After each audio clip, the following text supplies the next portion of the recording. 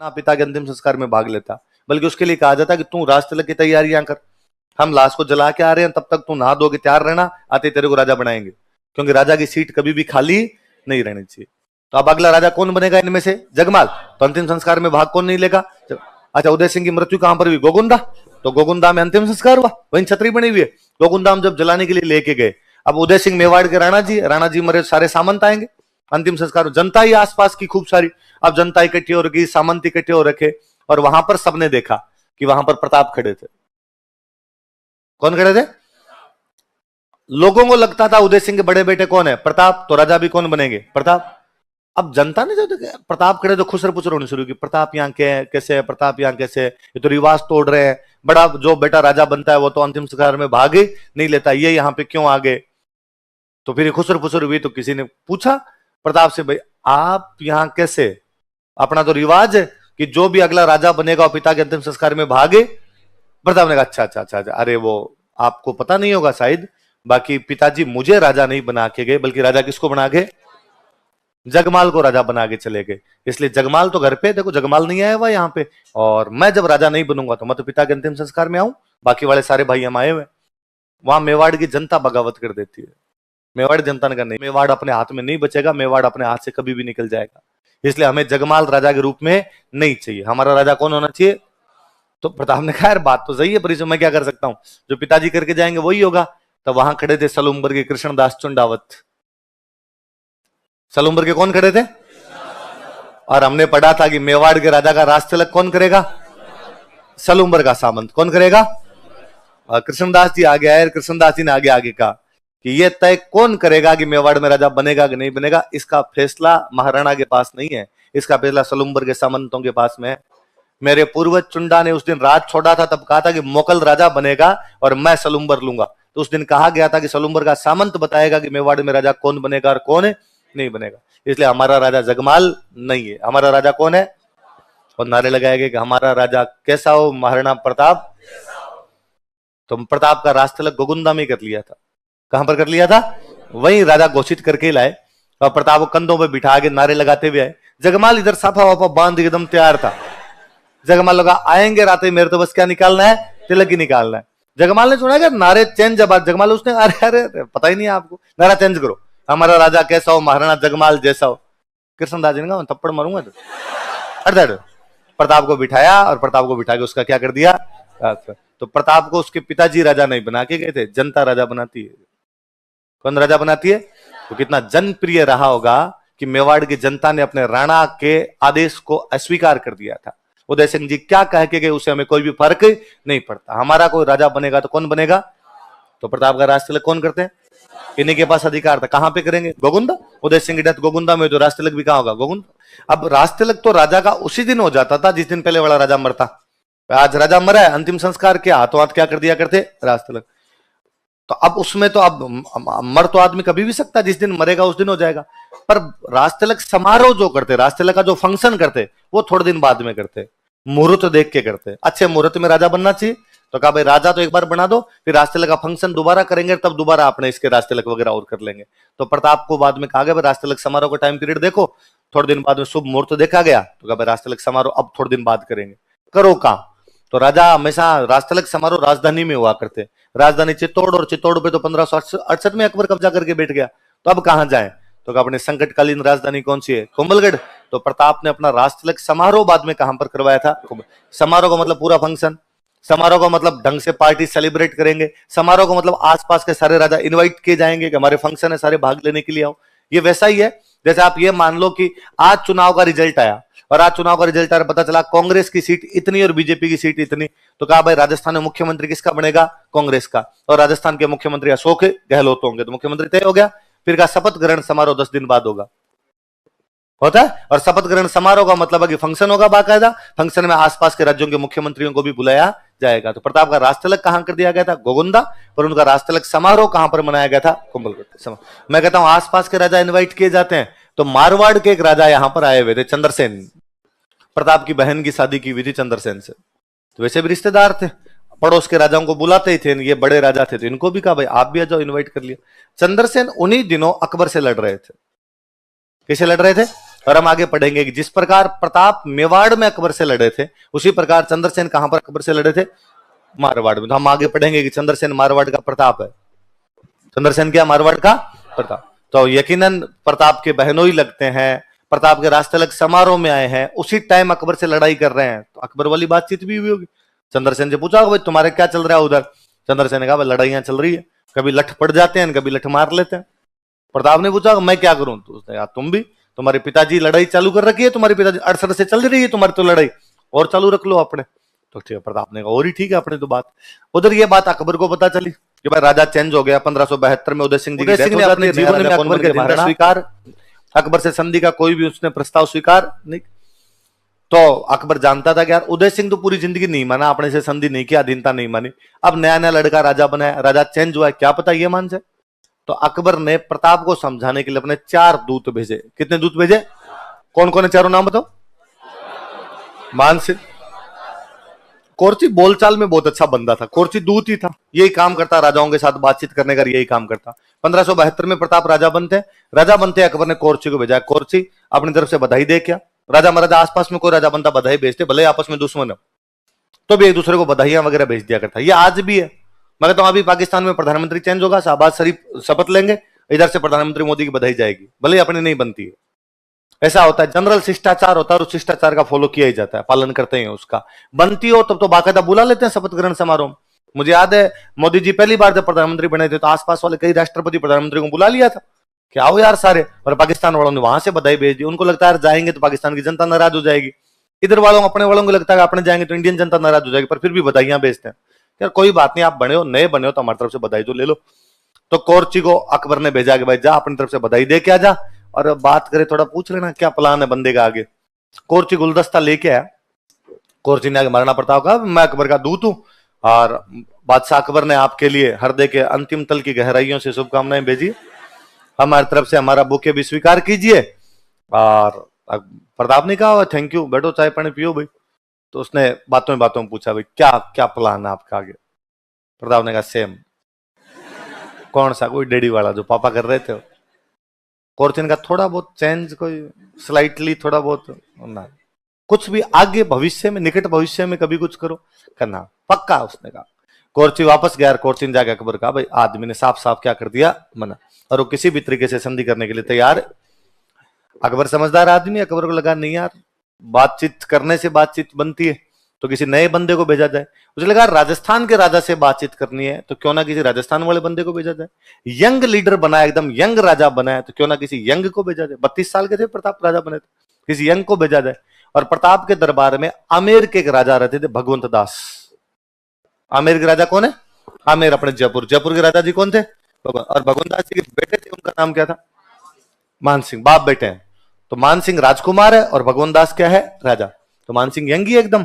तो अकबर ने मान सिंह की तरफ देखा और मान सिंह कहा भाई मान सिंह कितने दिन हो गए आमेर गए? उसने सर कई दिन हो गए। तो छुट्टी है, जाया कई दिन घूम के आजा, पर उदयपुर होके जाना। किधर से होके जाना? उदयपुर। और समझ गया ना तू? उसने कहा सर प्रताप से बातचीत करनी है। कहा? तो यहाँ ऐसा कहा जाता है भाई मान सिंह यहाँ प्रताप से बातचीत करने के लिए आए। अब कौन है मान सिंह? है कौन? आमेर का राजकुमार। कौन है आमेर का?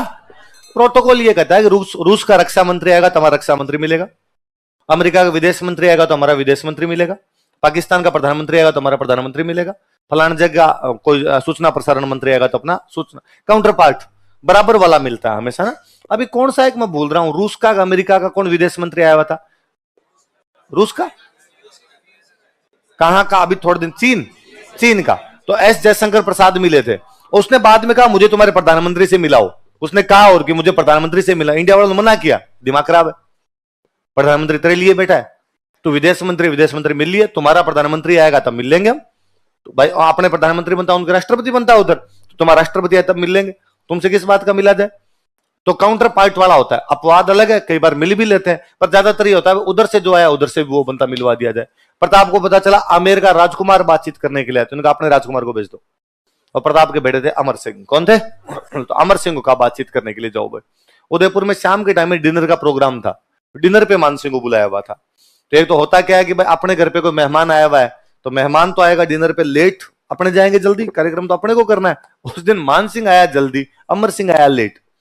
तो मान सिंह आगे वहां पर बैठ गए, आसपास जो नौकर चाकर खड़े उनको कहा भाई कहाँ रे तुम्हारे, अरे सर आ रहे बैठो सर आ रहे। इतने में कहीं से अमर सिंह डोलता डोलता आया। तो अमर सिंह लिए कहा जाता है कि एक तो अमर सिंह थोड़ा बदमाश टाइप का बंदा था, गांव में कहते बहुत छड़ो है ना, उस टाइप का सतायु। तो आए सामने, अमर सिंह आगे सामने बैठ गया, सामने बैठ के मान सिंह टांगे लाए, दूर से नमस्ते गए, अंकल नमस्ते, वाईफाई चरण स्पर्श किए दूर से।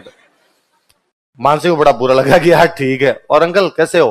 तो मान सिंह ने पूछा तेरे पापा कहाँ है तेरे? तूने कहा पापा पेट दर्द हो रहा है उनका। वो इसे हंस हंस के जवाब दे कि मान सिंह से राह नहीं कर, मान सिंह थालियां फेंकियो कदन तेरे बाप को जाके कि मैं तेरा और तेरे बाप दोनों का पेट दर्द युद्ध के मैदान में ठीक कर दूंगा। लोग मान सिंह कच्चा कहते हैं, बकवास करते हो। और वो वहां से पैर पीट के वहां से निकला। तो अमर सिंह और बदमाश, अमर सिंह ने पीछे लगे, अंकल ऐसे क्या गुस्सा कर रहे हो, बात तो सुनो एक, क्या है अब तेरे कि वो क्या कर रहे थे आप, वो पापा का पेट दर्द कहां ठीक कर दोगे? तो कहा मैं युद्ध के मैदान में ठीक कर दूंगा। तो क्या अकेले मत आना, फूफा जी को साथ लाना। अकबर के साथ उनकी बुआ की शादी हो रखी थी, तो अकेले क्यों आना, उसको साथ ही लेना, फिर हम देख लेंगे क्या करना है क्या नहीं। तो मान सिंह ने कहा रुक तू। मान सिंह ने और पैर पटके और आगे बढ़ा, उसने अंकल लास्ट बात एक और सुनो, तो अब क्या बाकी रह गया तुम्हारे कि हमारे पाली में एक जगह पड़ती है सोजत, तो वहां की मेहंदी बहुत अच्छी है, तो उसको जीआई टैग मिला हुआ है, तो मैं क्या करूंगी, बुआ जी के लिए ले जाओ। मान सिंह खार खाया हुआ गया यहां से। जून का महीना था, जून में आया था मान सिंह अपने, गर्मी में और गर्मी चढ़ी दिमाग में, और अकबर को जाका अब भी हाथों हाथ, अब क्या मुझे सेना दी जाए, मैं उन बाप बेटों को जाके बता दूंगा कि मैं क्या कर सकता हूं। अकबर ने अरे क्या बात हुई, बात तो बता। क्या कहा प्रताप ने? प्रताप मिलनी नहीं है, क्यों? तो उसने कहा कि राजकुमार आता तो राजकुमार मिल लेता है, और उनका राजकुमार अमर सिंह बातचीत करने का। तो उसने क्या कहा, पूछो मत आप क्या कहा, आप सेना दो मुझे, मैं बताऊंगा उन बाप बेटों को मैं क्या कर सकता हूं। और अकबर के बात समझ में आ गई, यार बात तो सही है, राजकुमार जाए तो राजकुमार मिले, इसका मतलब राजा जाए तो राजा मिले। और उसने भगवंत दास जी की तरफ देखा, मान सिंह के पापा कौन थे? हाँ मेरे राजा कौन थे? भगवंत दास। और भगवंत दास जी की तरफ देखा, भगवंत दास सिंह समझ गया साहब जाना है मुझे, चला जाऊंगा। और उसने अपने बंदों को कहा कि मान सिंह के लिए कहा भाई साइड में ले जाओ, माउंटेन ड्यू पिलाओ, थोड़ा चिल करो यार बंदे को। तो इस बार किसको भेजा गया? सितंबर के आसपास में भगवंत दास जी अपने यहाँ पर है। भगवंत दास जी आए तो प्रताप ने मुलाकात की, प्रताप मिले उनसे। प्रताप मिले तो भगवंत दास जी ने कहा कि देखो प्रताप, अकबर बड़ा राजा है, तुम्हारी पार तो पड़ेगी नहीं, तुम कैसे लड़ोगे उसके खिलाफ? देखो हम जयपुर वालों, जयपुर को तब आमेर बोलते, हम आमेर वालों ने संधियां कर ली, तुम भी अब संधि कर लो। प्रताप ने कहा भगवंत दास जी बात ऐसी है कि आज के लगभग 50 साल पहले मेरे दादाजी अकबर के दादाजी से खानवा के मैदान में लड़ रहे थे, सांगा और बाबर के बीच में लड़ाई हुई थी। उस समय आपके दादाजी पृथ्वीराज हमारी तरफ से लड़ते हुए वीर गति को प्राप्त हुए थे, आमेर का पृथ्वीराज गया था, क्योंकि उस समय मेवाड़ का झंडा बुलंद था और मेवाड़ के झंडे के नीचे सारे राजा आके लड़ा करते।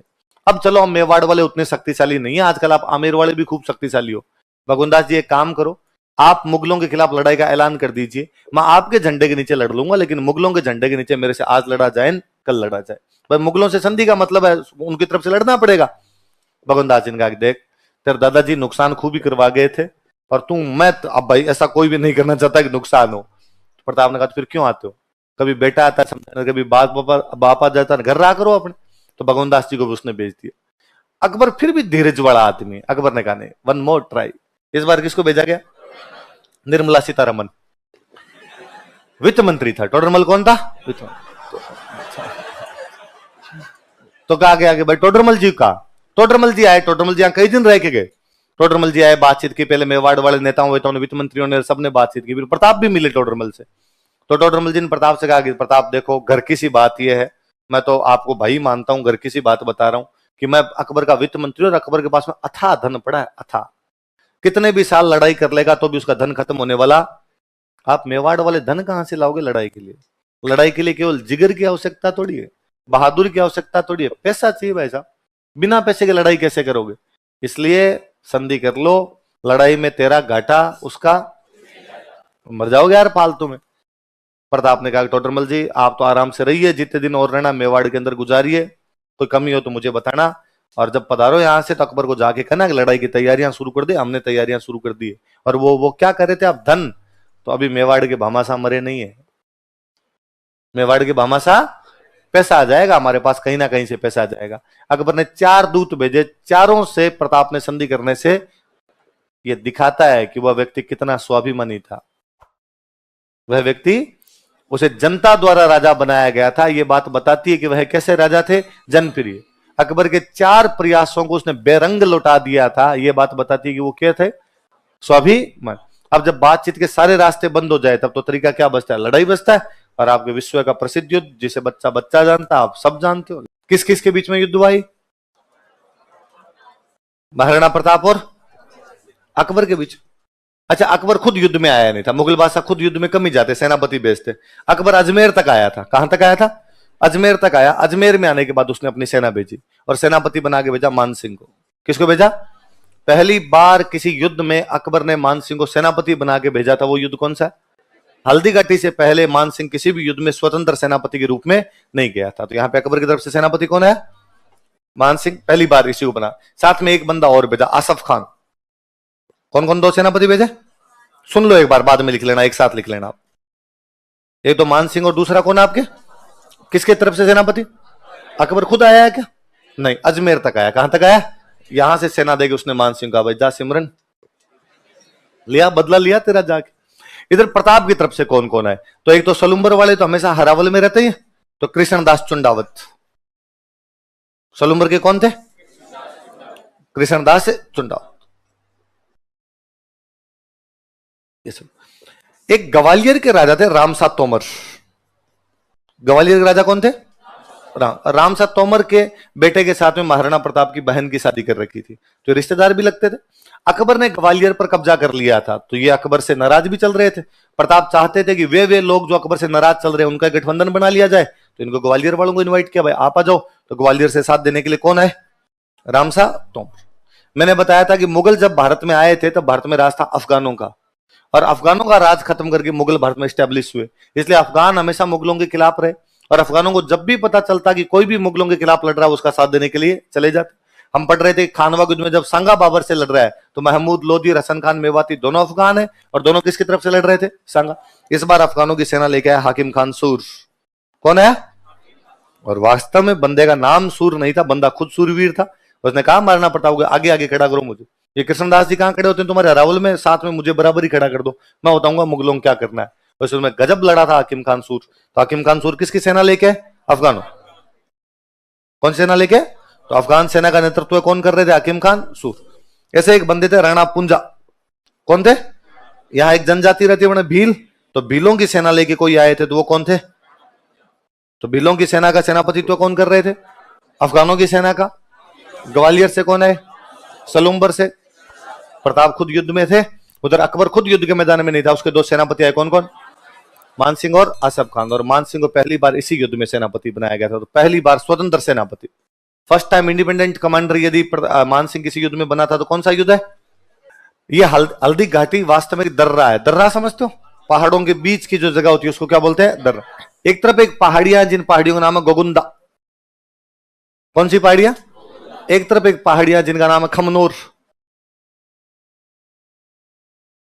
कौन सी पहाड़ियां? गोगुंदा और खमनोर की पहाड़ियों के बीच का दर्रा है, एक बीच का पास है। उस पास का जो नाम था वो नाम क्या था? हल्दी। प्रताप ये जानते थे कि मुगलों की सेना बड़ी है और अपनी सेना कम है, इसलिए पहाड़ों में यदि युद्ध लड़ेंगे ज्यादा ठीक रहेगा। तो इन्होंने इन पहाड़ों के इधर साइड वाले दर्रे में अपनी सेना लगाई।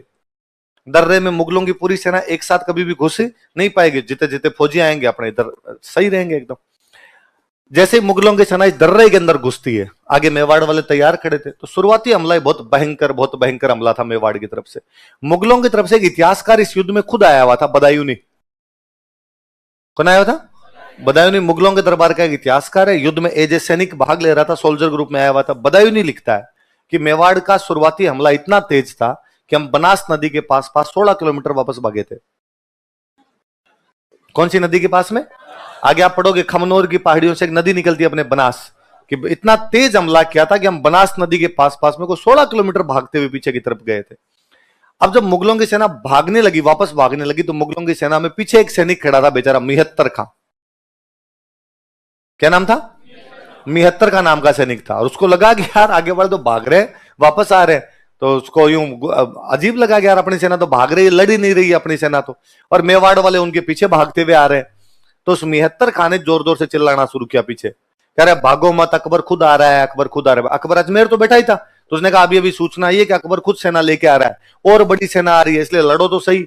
तो सैनिकों में थोड़ा जोश आया कि यार अकबर और सेना लेके आ रहा, थोड़ा लड़ लेते हैं। डर लगा कि अकबर खुद आ रहा है, पता लगा भाग गए तो आगे सूंत देगा वो। तो बाद में सैनिक यहाँ पे आके लड़ने लगे थोड़ा बहुत। अब जब मुगलों की सेना वापस भागी दर्रे से, तो ये मेवाड़ वाले पीछे भागे तो इधर मैदान आ गए। दर्रा जैसे क्रॉस करते मैदान आ जाएगा, तो बाद में लड़ाई मैदान के अंदर होने लग गई। इधर मुगल खड़े, इधर सामने मेवाड़ वाले खड़े। आमने सामने जब लड़ाई चल रही थी तो मानसिंह एक हाथी पे बैठ के लड़ रहा था। उस हाथी का नाम था मर्दाना। क्या नाम था? मर्दाना।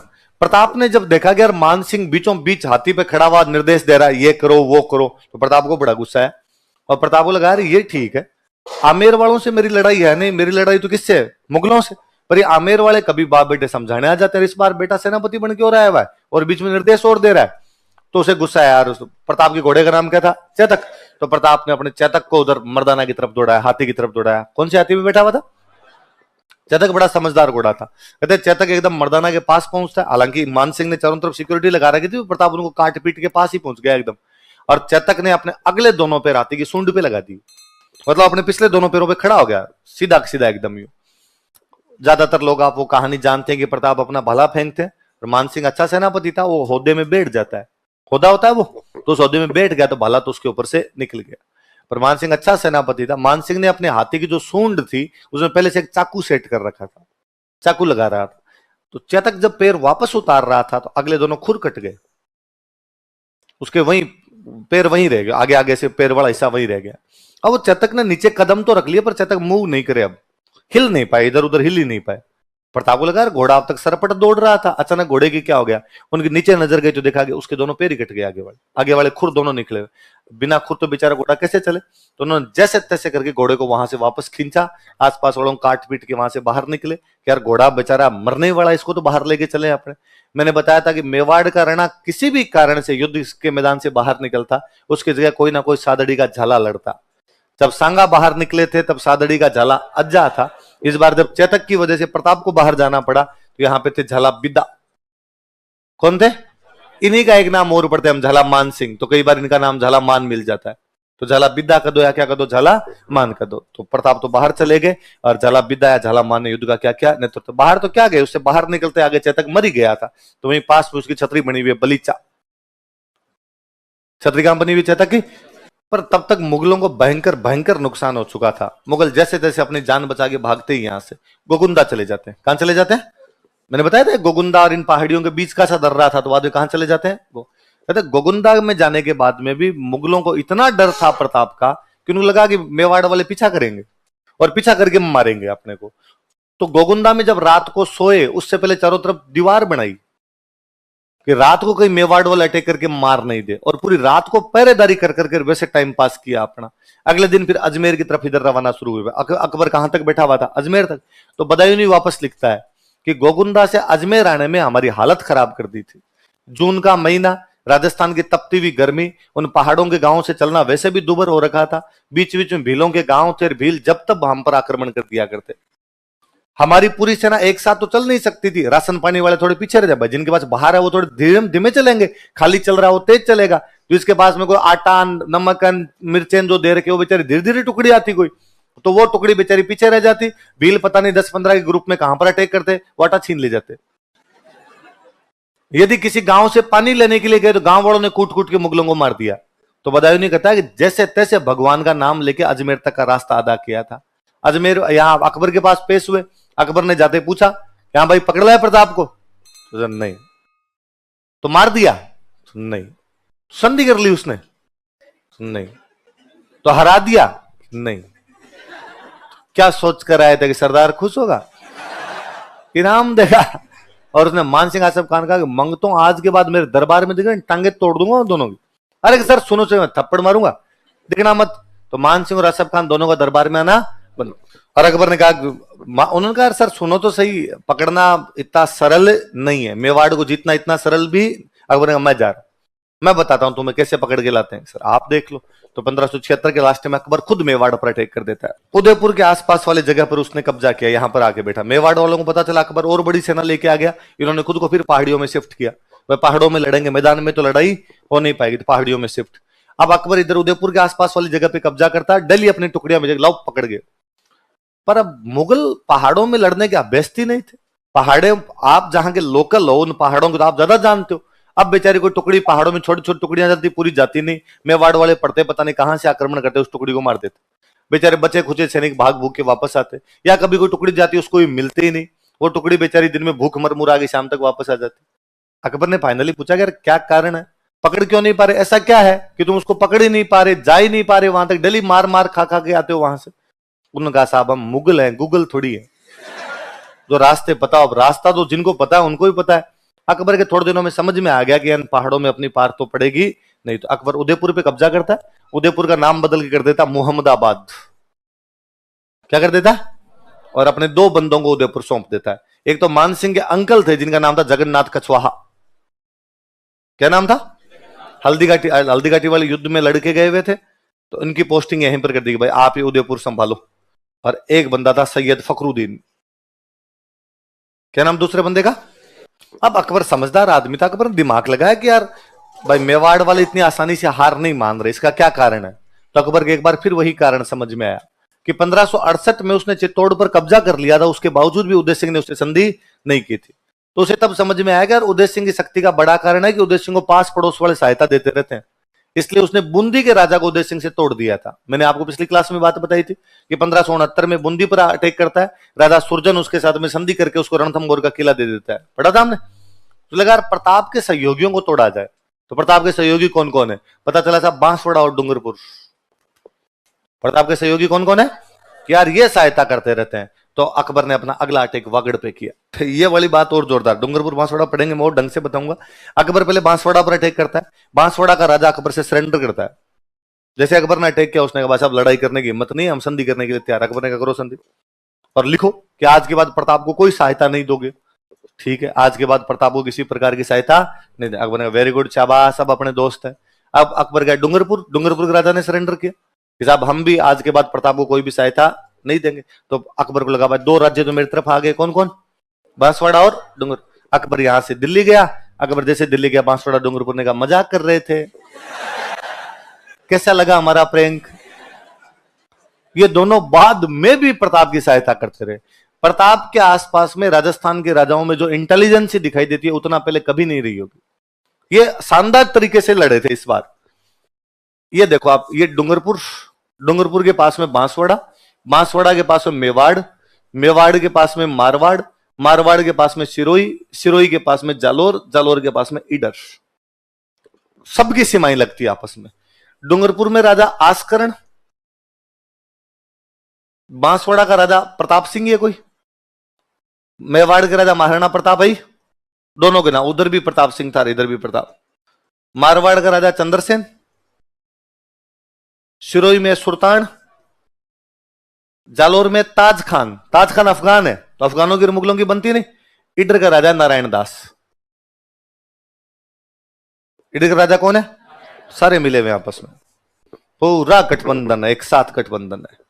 लेकिन इस बार ढंग से एक जगह पे आके नहीं लड़ेंगे, सबकी सेनाएं एक जगह पे आके नहीं, एक जगह लड़ेंगे, मैदान की लड़ाई होगी। मैदान की लड़ाई में मुगलों की सेना अपने से लाख गुना ज्यादा है, उनके पास पूरे भारत से सैनिक भर्ती होते हैं। तो एक जगह लड़ेंगे तो मुगल पक्का जीत जाएंगे, तो बाद में वैसे कॉन्फिडेंस डाउन हो जाएगा। इसलिए एक जगह लड़ना ही नहीं, अपनी अपनी पहाड़ियों में लोकेशन लो। मेवाड़ वाले मेवाड़ में लड़ेंगे, डूंगरपुर डूंगरपुर में लड़े, बांसवाड़ा बांसवाड़ा में लड़े, जालोर जालोर में लड़े, मारवाड़ मारवाड़ में लड़े। का ठीक है। और यदि इनको डूंगरपुर बांसवाड़ा इन छोटी छोटी रियासतों को ये और कहा, यदि तुम्हें लगे कि अकबर के खिलाफ पार नहीं पड़ रही तो एक बार संधियां कर लो। ऐसा नहीं होना चाहिए कि तुम कम सेना लेके भी उनके साथ भिड़ने चले जाओ और तुम्हारी पूरी सेना मर जाए, ऐसा कभी नहीं होना चाहिए। तो कहा ठीक है। ये पूरी बाउंड्री सील कर दी थी। मतलब ये नतीजा ये था कि सूरत बंदरगाह ना, सूरत बंदरगाह, सूरत बंदरगाह वो बंदरगाह था जहां से हज यात्री जाते। हज करने के लिए यदि जाना होता तो कौन से बंदरगाह से जाते, सूरत। तो सूरत को बोलते थे मक्का का द्वार, कि मक्का मदीना की यात्री करना तो कहां से जाना पड़ेगा, सूरत। इन्होंने ये रास्ता बंद कर दिया था, हज यात्रियों को हज करवाना बंद करवा दिया था।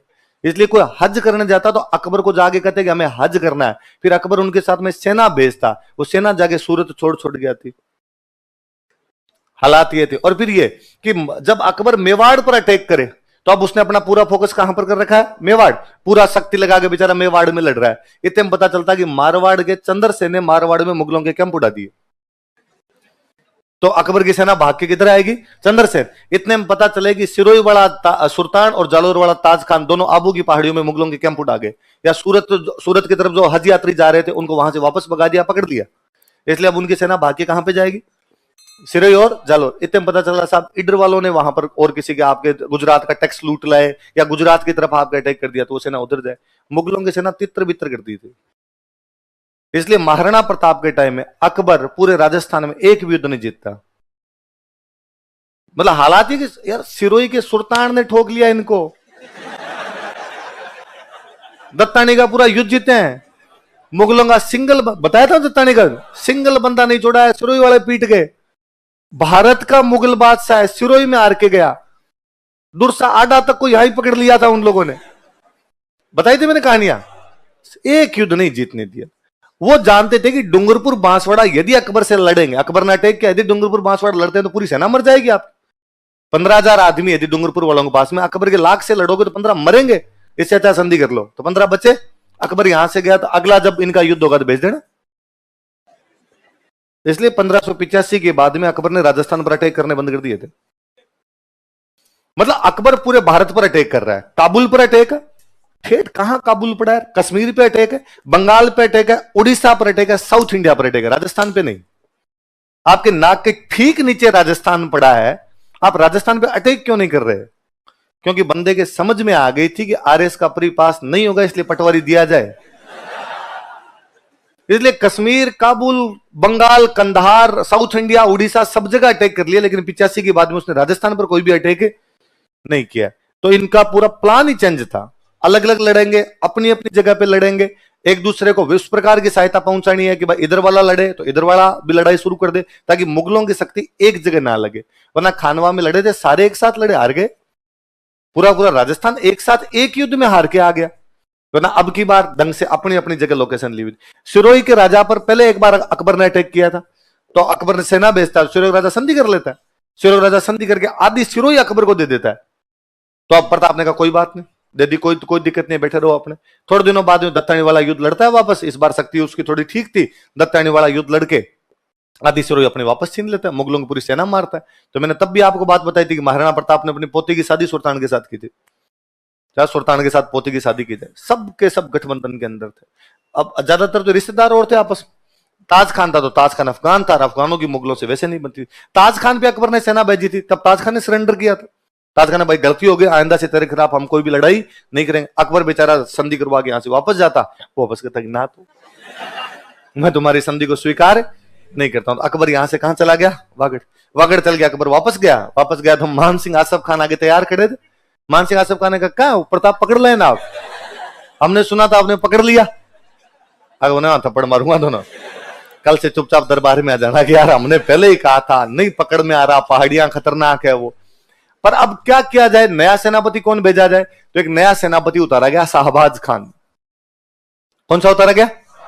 इन दिनों प्रताप ने कब्जा कर रखा था कुंभलगढ़। राजधानी कौन सी बनी हुई? चित्तौड़ तो आपके हाथ में नहीं, तो राजधानी कौन सी है? कुंभलगढ़। शाहबाज खान को कहा भाई शाहबाज खान कुंभलगढ़ जा और कुंभलगढ़ पे कब्जा कर। शाहबाज खान कुंभलगढ़ पे 3 बार अटैक करता है। कितनी बार अटैक करता है? पार ही नहीं पड़ती।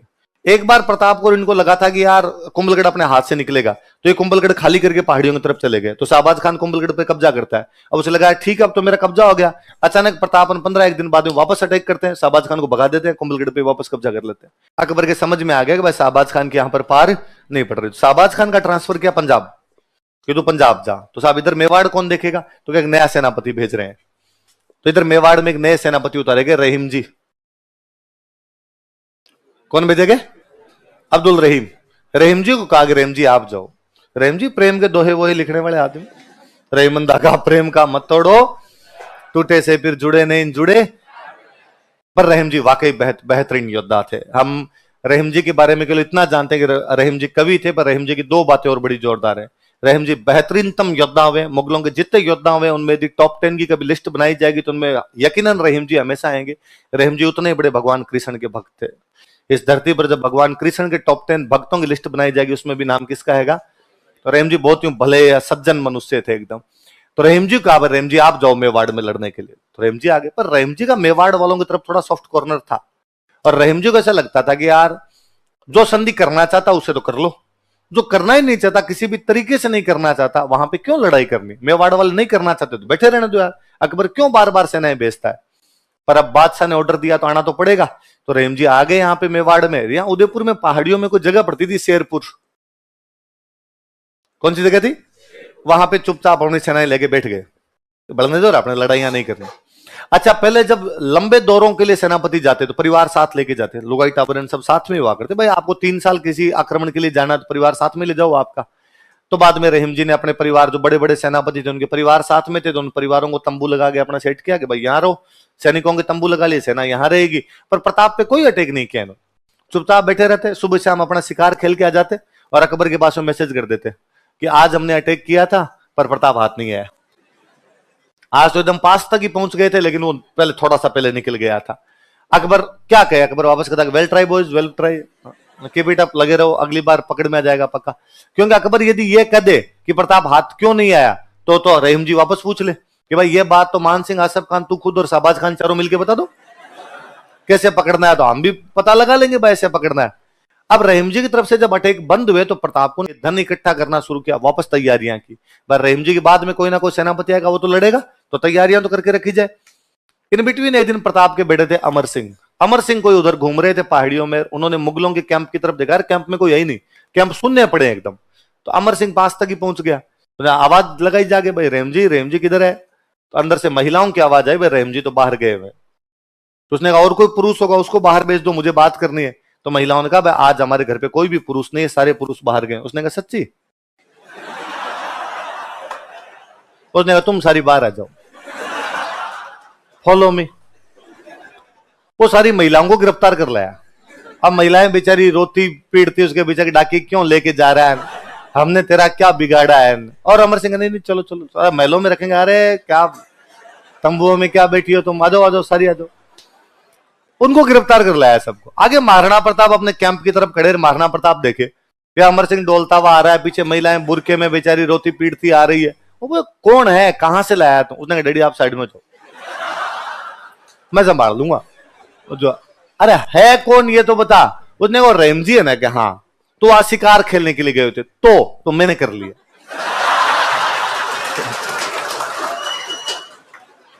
मारना पड़ता बता, थप्पड़ मारूंगा, सॉरी बोले इनसे। महाराणा प्रताप अमर सिंह से सॉरी बुलवाते हैं, उन महिलाओं से खुद सॉरी बोलते हैं कि आप सब मेरी बहन बेटी के समान हो, गलती हुई मेरे बेटे से, आइंदा से दोबारा ऐसा कभी भी नहीं किया जाएगा, आप निश्चिंत होकर रहिए, आपको घर वापस भेजा जाएगा, आपके साथ किसी भी प्रकार की कोई भी बदतमीजी नहीं की जाएगी, चाय पानी पीजिए, खाना खाइए। फिर रहीम जी के नाम पूरा एक लेटर लिखवाया, उसे महाराणा प्रताप ने फिर लिखा कि रहीम जी गलती हुई है हमारी साइड से, दोबारा इस प्रकार की गलती हम नहीं करेंगे।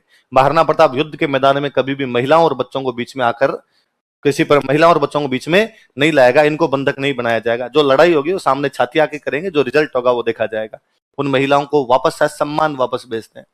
कहते हैं जब वहां रहीम जी आए शिकार खेल कर, उन्होंने देखा कि डेरे खाली पड़े हैं पूरे, तो रहीम जी ने माथा पकड़ के बैठ गए, उनको समझ में तो आ गया कि मेवाड़ वाले उठा ले गया सबको। इतने में महिलाएं वापस पहुंची तो रहीम जी ने पूछा कहां चली गई? तुमने कहा मंग तो तुम कहां रहते हो और घर पे रहा करो। ये तो भलाओ बेचारे महाराणा प्रताप का जो हमें भेजा है, वरना अमर सिंह तो पकड़ ले गया था हमें, और उन्होंने नहीं करेंगे। पर यदि कोई आदमी महिलाओं को इस प्रकार वापस भेज देता है, आप सोचिए वो कितना नैतिक चरित्रवान रहा होगा। मैं अक्सर कहता हूं कि इस दुनिया में योद्धा खूब सारे हुए हैं, यदि योद्धाओं की बात की जाए तो संगा के आसपास नहीं फटकते बाकी वाले, उसके हाथ नहीं, पैर नहीं, आंख नहीं, कान नहीं, फिर भी लड़ता घूमता रहता बाड़ी तक, बयाना तक लड़ने चला गया था। तो प्रतापन योद्धा के मामले में तो संगा के आसपास ही नहीं जा पाते। पर प्रताप इसलिए याद नहीं किए जाते कि वो बड़े योद्धा हुए थे, प्रताप इसलिए याद किए जाते हैं योद्धा से इतर उनके गुण बहुत ज्यादा, बहुत अलग गुण थे, वो नैतिक चरित्रवान थे। जनता किसी राजा को याद कर रही है ना, इसका मतलब उसमें गुण अलग है। प्रताप पढ़ने के लिए हिस्ट्री पढ़ना आवश्यक नहीं है। सांगा को आप तभी जानते हो जब हिस्ट्री पढ़ते हो। कुंभा खूब महान राजा हुए होंगे, पर उनकी किताबें आपके तभी याद हुई है जब आपने हिस्ट्री पढ़ी है, उनके बारे में तभी जाना है जब आपने हिस्ट्री पढ़ी। गांव का ठेठ अनपढ़ आदमी महाराणा प्रताप को जानता है, इसका मतलब उस बंदे में अलग बातें थी, तब कुछ है। तो कहते हैं उन्होंने वो लेटर दिया रहीम जी को ले जाके, तो रहीम जी के लेटर पढ़ के आंखों में आंसू आ गए थे। और रहीम जी ने तब कहा था कि प्रताप मैं नहीं जानता कि मुगलिया सल्तनत भारत में कब तक काबिज रहेगी, मैं नहीं जानता कि शहंशाह अकबर का भारत में इकबाल कब तक बुलंद रहेगा यहाँ पर, पर मैं एक बात जानता हूं कि जब तक सूरज और चांद रहेंगे महाराणा प्रताप तुम याद किए जाओगे। वो दुश्मन आपके बारे में ऐसी बात कर दे, इससे बड़ी चीज क्या हो सकती है? क्या रहीम जी की तो बैग में ही पकड़ के ले गए? तो अकबर ने रहीम जी कहा, रहीम जी लुगाइयां नहीं संभल रही, प्रताप को तो क्या ही संभालोगे, वापस आ जाओ आप। तो नया सेनापति उतारा गया। इस बार अकबर ने अपने एक अंकल को सेनापति बना के भेजा। अंकल का नाम था सुल्तान खान। क्या नाम था? सुल्तान खान डाकी टाइप का आदमी था, लंबा चौड़ा भयंकर वाला आदमी था। और सुल्तान खान बहुत अच्छा सेनापति। सुल्तान खान यहां यार, सुल्तान खान ने आगे अपने 4 जगह डेरे जमाए, दिवेर, देबारी, देसुरी और देवल, 4D, 4 जगह डेरे लगाए उसने। कहां कहां पे? दिवेर, देबारी, देसुरी। कि उसने नोटिस किया कि यार मेवाड़ वाले मैदान में आके लड़ ही नहीं रहे, पहाड़ों में लड़ रहे हैं। और पहाड़ों में मुगल जब जाते हैं तो मुगल पहाड़ों में लड़ने का व्यस्त नहीं है, इसलिए मेवाड़ वाले मार लेते हैं, कूट लेते हैं इनको। तो क्या किया जाए? उसने कहा पहाड़ों को घेरो चारों तरफ से। कितने दिन तक पहाड़ में बैठे रहेंगे? पहाड़ में स्टॉक तो खत्म होगा। पहले जब किलों को घेर के बैठते थे तब भी तो साके करने पड़ते, इस बार पहाड़ घेर लो, सारे के सारे पहाड़ घेर लिए जाए। पूरी अरावली में जहां जहां ये बैठे हैं उन चारों तरफ से लॉक किया जाए, फिर देखते हैं क्या करेंगे। अजमेर वाले रूट पे जो एक जगह थी, उस जगह का नाम था दिवेर। कौन सी जगह थी? इस रूट को सबसे ज्यादा ध्यान रखना जरूरी था, क्योंकि मुगलों का अड्डा अजमेर था। इसलिए मुगलों की जो भी सप्लाई आया करती वो कहां से आती थी? अजमेर वाले रूट से आती, इस दिवेर वाले रूट से आती। और मेवाड़ वालों का पूरा ध्यान इस पे था कि मुगलों की सप्लाई चेन तोड़ दो। तो मुगलों की सेना यदि मेवाड़ में आके लड़ेगी तो खाना पीना तो करेगी। खाना पीना कहां से आएगा? उनका आटा कहां से आएगा? अजमेर से। वो बीच में लूट लो, फिर देखते हैं मुगल कितने दिन। तो मुगल बड़े परेशान रहा करते थे कि यार मेवाड़ वाले बीच में सप्लाई छीन लेते हैं। तो उसने कहा सप्लाई वाला जो रूट है यहां पर तो मैं बैठा हूं। और इस बार मेवाड़ वाले हाथ लगा के दिखाए। उदयपुर वाले रूट पे एक सेना लगा दी गई। वो सेना कहां लगाई गई? देबारी। पाली वाले रूट पे एक सेना लगाएगी, वो देसुरी। डूंगरपुर वाले रूट पे एक सेना लगेगी, देवल। चारों रास्ते जाम, बाहर मत निकलने दो। पहाड़ है, अब पहाड़ों के बीच में देखते हैं कितने दिन रहेंगे। या तो मरेंगे पहाड़ों में और या बाद में आगे सरेंडर करेंगे, बाकी इनके पास और कोई भी चारा नहीं। और चप्पे चप्पे चौकसी, पूरी रात चारों तरफ से सुरक्षा प्रहरी गुंजे वहां पर। और वाकई मेवाड़ वालों को जाम कर दिया सुल्तान खान ने। प्रतापन बाहर ही नहीं निकल पा रहे थे, चुपचाप बैठे हुए कि यार सुल्तान खान यहां से निकल जाए तो कुछ करे सुल्तान। पर सुल्तान खान दिवेर में आराम से मजबूती से बैठा। थोड़े दिनों में जब मेवाड़ वालों की तरफ से कोई एक्शन नहीं हुआ, मेवाड़ वाले चुपचाप ही बैठे रहे, तो सुल्तान खान थोड़ा कॉन्फिडेंट हो गया। और सुल्तान खान लगा कि ठीक है, मामला ठीक है। तो जहां पूरी रात सुरक्षा हुआ करती, अब पूरी रात नहीं देते, अब रात में कहते 2 बार बस सुरक्षा लगा लो। पहले एक एक चौकसी बहुत अच्छी हुआ करती, अब थोड़ी थोड़ी चौकसी में थोड़ी ढील देनी शुरू कर दी। महाराणा प्रताप इसी मौके की तलाश में बैठे थे कि ये कब कॉन्फिडेंट होते हैं, कब थोड़े से लापरवाह होते हैं। इतने में त्योहार आया दशहरा। कौन सा त्योहार है? दशहरे पे हथियारों की पूजा होती। हथियारों की पूजा के लिए अपने घरों में अब तक कहते हैं कि साहब हथियार की जब पूजा करते हो तो तलवार यदि म्यान से बाहर निकली तो अंदर तभी डालिए जब उसके खून लगे। उसके आप तलवार को म्यान से बाहर निकाल ली तो अंदर जब डालोगे उससे पहले क्या लग जाना चाहिए? खून। तो अब तो अपने घरों में तो क्या करते हैं, बकरा लाओ तो फिर खून और तो किसका लगाओ, इसका तो झटका करो कम से कम। तो कोई बकरे का झटका कर लिया, या कई बार और नहीं होता तो खुद की अंगुली काट के उसके थूथा खून लगाते हैं, बाकी डायरेक्ट म्यान के अंदर नहीं डाली जाए तलवार। राजा महाराजाओं के टाइम में युद्ध करते, दशहरे के युद्ध जरूरी हुआ करते। और दशहरे वाले जो युद्ध होते हैं उनको बोलते टीका दौड़। क्या बोलते? टीके लगाए, हथियारों पे टीके लगाए, तिलक लगाए। अब तिलक लगाने के बाद में दौड़ करके युद्ध किए जाएंगे। वो युद्ध कौन से है? तो आसपास की किसी भी रियासत से छोटा मोटा पंगा चल रहा होता तो उस दिन थोड़ा उस पंगे को बड़ा करके आते, थोड़ा बहुत लड़ाई करके आते। और नहीं चल रहा है तो अपने किसी बंदे को कहते लड़, थोड़ा तो लड़ हमारे खिलाफ। 2-4 यूं ही एक दूसरे को गालियां निकालेंगे, थप्पड़ मारने के लिए उन्होंने चौकसी लगा रखी, इसलिए वहां तो उनकी सुरक्षा ज्यादा है। प्रताप ने कहा तभी तो मुगल सपने में भी नहीं सोच सकते कि अपने दिवेर पर हमला करेंगे। मुगलों के दिमाग में यह है कि यदि मेवाड़ वाले हमला भी करेंगे तो कहां करेंगे? देवारी, देसुरिया, देवर। सुल्तान खान इतना कॉन्फिडेंट है कि सुल्तान खान को लगता है कि यार दिवेर पर तो कोई भी हमला कभी भी किया नहीं जा सकता। एक दिन अचानक दिवेर पर हमला किया जाता, पूरी मुगल फौज मार दी। सर्जिकल स्ट्राइक है। सिंगल बंदा नहीं छोड़ा था दिवेर वाले युद्ध में, सब के सब मारे थे इन्होंने, भागने नहीं दिया था किसी को। और उधर से उनकी सहायता हो रही थी ईडर, बांसवाड़ा, प्रतापगढ़। वो तीनों रहे पहाड़ों के अंदर से ये निकले, बाकी पहाड़ों से वो निकल के घेर के मारा था दिवेर के अंदर। तो मुझे लगता है हिस्ट्री कितनी बाइस्ड हो सकती है कि भारत का इतिहास दिवेर के युद्ध के बारे में नहीं जानता, कि मुगलों की पूरी फौज काट दी गई, सिंगल आदमी नहीं छोड़ा गया। हार जीत के फैसले तो बहुत बाद की बात है, कोई जाके समाचार तो देता कि कोई बचा है कि नहीं बचा है। उधर सेनापति कौन है आपका? सुल्तान खान। अमर सिंह था प्रताप का बेटा। कहते हैं अमर सिंह ने सुल्तान खान के भला मारा था, आर पार निकाल दिया था। कितना भयंकर तरीके से सुल्तान खान को मारा था। यह युद्ध अमर सिंह की वीरता का चरम है कि अमर सिंह क्या योद्धा रहा होगा। वो दिवेर का युद्ध बताता है कि उसने सुल्तान खान जैसे सेनापति को भाले से बींद दिया था। दिवेर का युद्ध हमारे इतिहासकार पूरी तरीके से खा गए। मतलब दिवेर के युद्ध के बारे में स्टूडेंट तभी जानता है जब आप ये कंपटीशन की तैयारियां करते हो, वरना टाबर बीए एमए भी कर ले तो दिवेर का युद्ध कभी भी क्लियरली इतने अच्छे तरीके से पढ़ाया 10th तक की किताबों में तो खाया हुआ है, भयंकर ढंग से खाया हुआ है। आगे वाले कोई बीए एमए करे तो उसके सामने दिवेर आए, पर वो भी इतना ध्यान नहीं देता क्योंकि हल्दी घाटी आपने इतना हाईलाइट करके छोड़ दिया कि दिवेर उसके नीचे दब के रह गया। क्योंकि दिवेर को हाईलाइट किया जाता है तो इतिहासकारों के कई षड्यंत्र मंसूबे उनके जो भी है वो कामयाब नहीं हो पाते, क्योंकि दिवेर बताया जाता है तो क्लियर लिखना पड़े कि प्रताप जीते हैं। फिर किंतु परंतु वाली बात ही समाप्त हो जाती है कि इसमें कौन जीता था और कौन नहीं जीता। जब पूरी सेना ही मर गई सामने वाली तो फिर तो इधर वाला पक्ष जीता आपके। दिवेर बताया जाए तो फिर ये बताना पड़ेगा इधर बांसवाड़ा प्रतापगढ़ सारे के सारे प्रताप के साथ में लड़े थे। इसका मतलब प्रताप एक संगठन बनाने वाले राजा थे। क्या बनाने वाले राजा थे? मेरे तो ये भी कभी समझ नहीं आया कि मिडाइवल के इतिहासकारों को इतनी इतिहास की समझ नहीं है कि अपने भारत में अक्सर एक बात की जाती है, मैं अच्छे अच्छे लोगों को ये बात सुनते हुए देखता हूं कि महाराणा प्रताप अकेले रह गए थे, बाकी लोगों ने उनका साथ नहीं दिया था। अरे कहां नहीं दिया यार, पूरी बाउंड्री सील थी, सारे के सारे तो लड़े हैं साथ में, और कैसे लड़वाओगे आप साथ के अंदर? और सारे के सारे लड़े हैं इसलिए मेवाड़ इतना सफल हो गया। लड़ाई का तरीका अलग, अब एक जगह युद्ध नहीं कर रहे थे, अलग जगह लड़ रहे थे। ये अगलों की रणनीति थी, ये उनकी कूटनीति थी कैसे लड़ना है। फिर मुझे सबसे जोरदार फैक्ट तो ये लगता है कि यार अमर सिंह ने सुल्तान खान को मारा था उस युद्ध के अंदर। यह फैक्ट अपने को पढ़ाया नहीं जाता। अमर सिंह के बारे में हम कुछ ही बातें नहीं जानते, उल्टा हमें अमर सिंह के बारे में क्या पता है कि हल्दी घाटी युद्ध के बाद प्रताप की आर्थिक हालत बहुत खराब थी। एक दिन अमर सिंह बैठा बैठा घास की रोटी खा रहा था। किसकी रोटी खा रहा था? और एक वन बिलाव आया और उससे घास की रोटी छीन के भाग गया और अमर सिंह रोने लग गया। हरे घासरी रोटी इज्जत बन बिलावड़ो ले भाग्यो, छोटो सो अमरियो चीख पड़ियो, राणा रो सूत्यो दुख जाग्यो। कि अमर सिंह छोटा सा था, वो चीख पड़ा राणा का दुख और राणा को लगा गया धिक्कार है इस जीवन पे। जब मैं मेरे बेटे को रोटी नहीं खिला सकता तो इस बाकी प्रजा की तो क्या ही रक्षा कर पाऊंगा। ऐसी कहानी है। मुझे कोई बताए कि जो आदमी सुल्तान खान जैसे सेनापति को भाले से पार कर देता है 1582 में, क्या 6 साल पहले वो इतना छोटा सा टाबर था कि उसके हाथ से रोटियां छीन छीन के भाग जाए?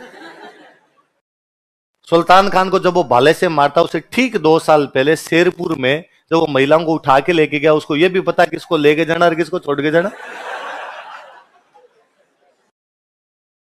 पर हमारे सामने अमर सिंह की छवि आज दिन तक किसी आप सामान्य आदमी से अमर सिंह के बारे में पूछे, हो गया यार और घास की रोटी वाला।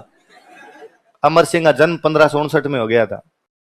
मैंने बताया था उदय सिंह के पोता हुआ था, और उदय सिंह के पोता हुआ था उदय सिंह जी एकलिंग जी के धोख लगाने गए थे। 1559 में उदयपुर की स्थापना हुई थी, बताई थी।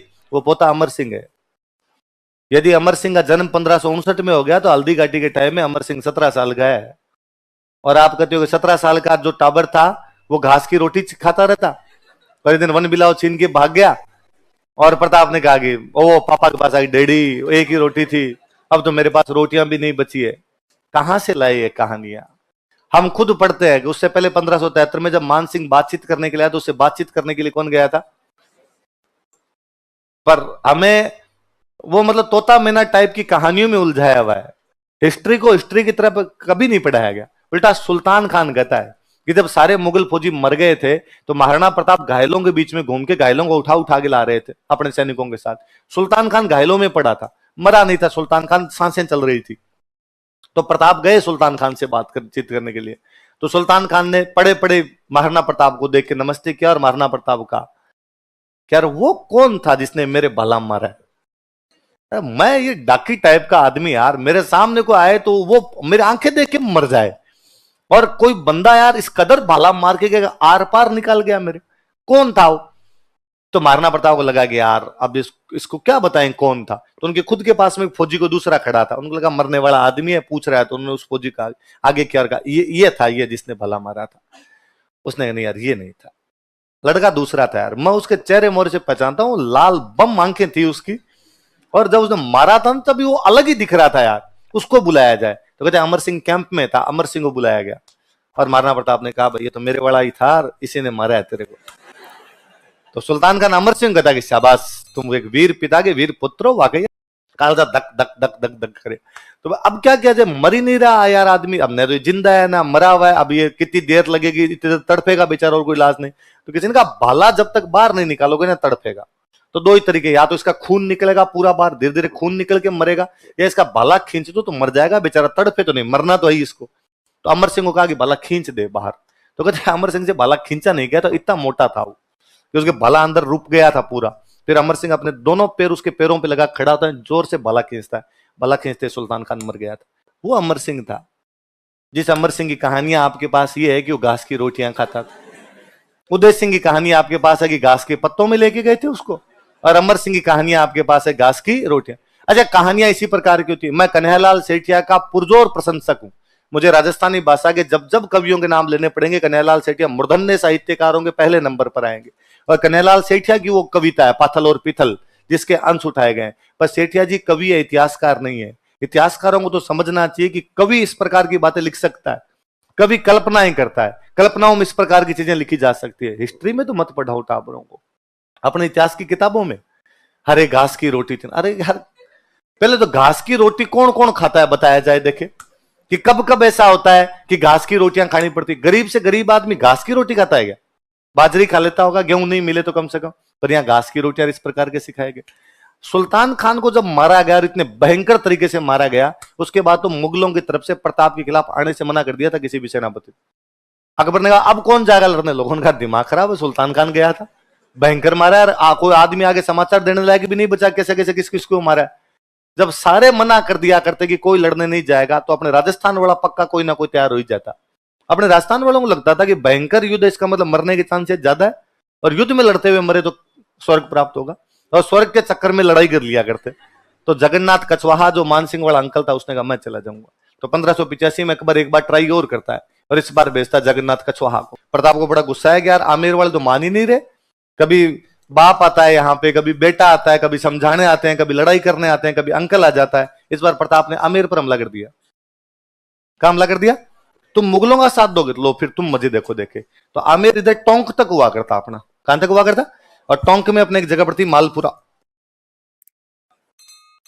कौन सी जगह थी? मालपुरा बहुत पैसे वाली जगह थी, व्यापारिक केंद्र था। पाली, मालपुरा ये राजस्थान के बड़े व्यापारिक केंद्रों में से एक थे। प्रताप आमेर पर हमला करते हैं, मालपुरा छीन लेते हैं। क्या छीन लेते हैं? ये आमेर वालों को संकेत था कि इस बार यदि तुम वापस मुगलों की तरफ से आओगे, मैं वापस तुम्हारे आमेर का कुछ ना कुछ छीन लूंगा। तो इसके बाद आमेर वालों ने आना बंद ही कर दिया। अकबर ने कहा कौन जाएगा? आमेर वालों ने कहा हम नहीं जाएंगे, बाकियों का देख ले तू। क्यों नहीं? तो वो बापू इधर हमारे आ जाते हैं यार, हमारे आगे लूटपाट करके चले जाते हैं। आमेर वाले आने बंद हुए तो बाकी मुगल सेनापतियों की हिम्मत ही नहीं थी कोई यहाँ